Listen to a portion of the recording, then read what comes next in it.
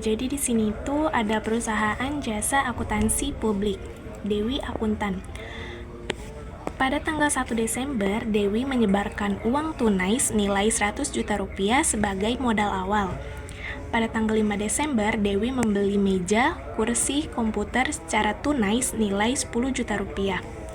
Pada tanggal 6 Desember, Dewi meminjam uang ke bank senilai 150 juta rupiah. Tanggal 10 Desember, Dewi menyelesaikan proyek konsultasi dan langsung menerima pembayaran tunai sebesar 17.500.000 rupiah. Tanggal 15 Desember, Dewi membayar listrik, air masing-masing senilai 1 juta rupiah dan 500.000 rupiah. Tanggal 25 Desember, Dewi membayar gaji karyawan senilai 2.500.000 rupiah untuk 4 karyawan. Selanjutnya, kita menganalisis transaksi. Pada tanggal 1 Desember, sudah diketahui keterangannya yaitu modal awal. Nama akunnya terdapat kas dan modal. Kas bertambah di debit senilai 100 juta rupiah. Modal bertambah di kredit senilai 100 juta rupiah.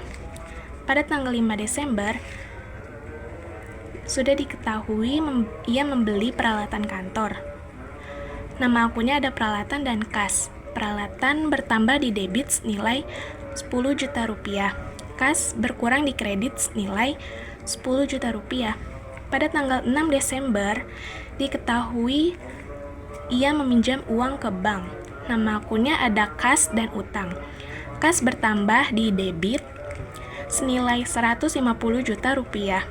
Utang bertambah di kredit senilai 150 juta rupiah.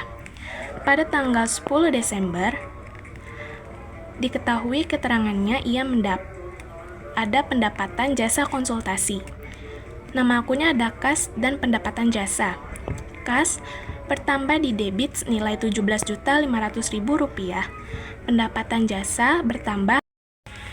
Pada tanggal 15 Desember diketahui ia membayar listrik dan air. Terdapat nama akun beban listrik, beban air, dan kas. Beban listrik bertambah di debit senilai 1 juta. Beban air bertambah di debit senilai 500.000 rupiah. Kas berkurang di kredit senilai 1.500.000. Pada tanggal 25 Desember, ia membayar gaji karyawan. Terdapat nama akun beban gaji dan kas. Beban gaji bertambah di debit senilai 2.500.000 dikali 4 orang karyawan. Maka jumlahnya 10 juta. Kas berkurang di kredit senilai 10 juta. Selanjutnya di tabel jurnal umum. Di jurnal umum ini terdapat tanggal, nama akun, ref, debit di sebelah kiri, dan kolom kredit di sebelah kanan beserta keterangan.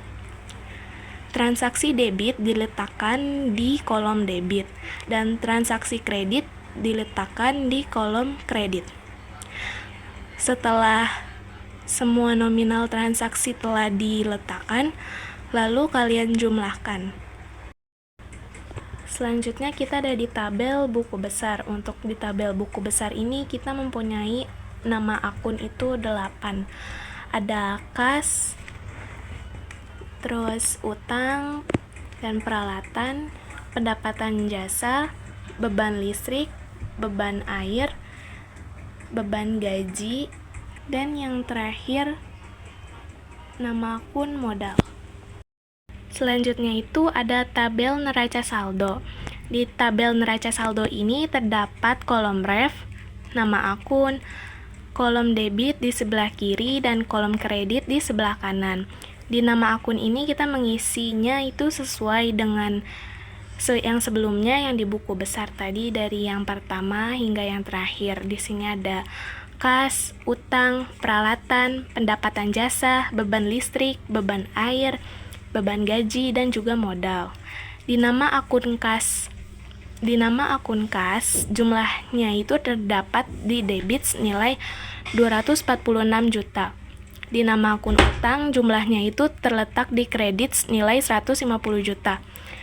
Nama akun peralatan jumlahnya terletak di akun debit senilai 10 juta. Nama akun pendapatan jasa jumlahnya itu terletak di kredit senilai 17.500.000. Nama akun beban listrik jumlahnya itu terletak di debit senilai 1 juta. Nama akun beban air jumlahnya terletak di debit senilai 500.000. Nama akun beban gaji jumlahnya terletak di debit senilai 10 juta. Dan yang terakhir, nama akun modal jumlahnya terletak di kredit senilai 100 juta. Dan dari semua ini hasilnya itu ditotalkan, dijumlahkan. Jumlahnya ini ada Rp267.500.000 dan keduanya ini harus sama-sama balance jumlahnya. Nah, yang terakhir ini kita menghitung laba rugi. Di laba rugi ini terdapat pendapatan dan beban-beban.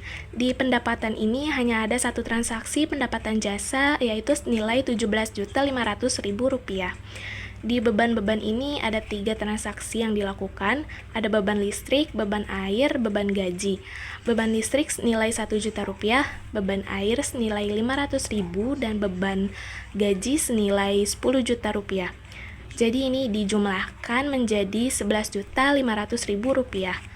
Nah, dari hasil kedua ini itu nanti kita akan kurangkan Rp17.500.000 dikurang Rp11.500.000 dikurang, yaitu hasilnya 6 juta. Nah, 6 juta ini adalah laba atau rugi.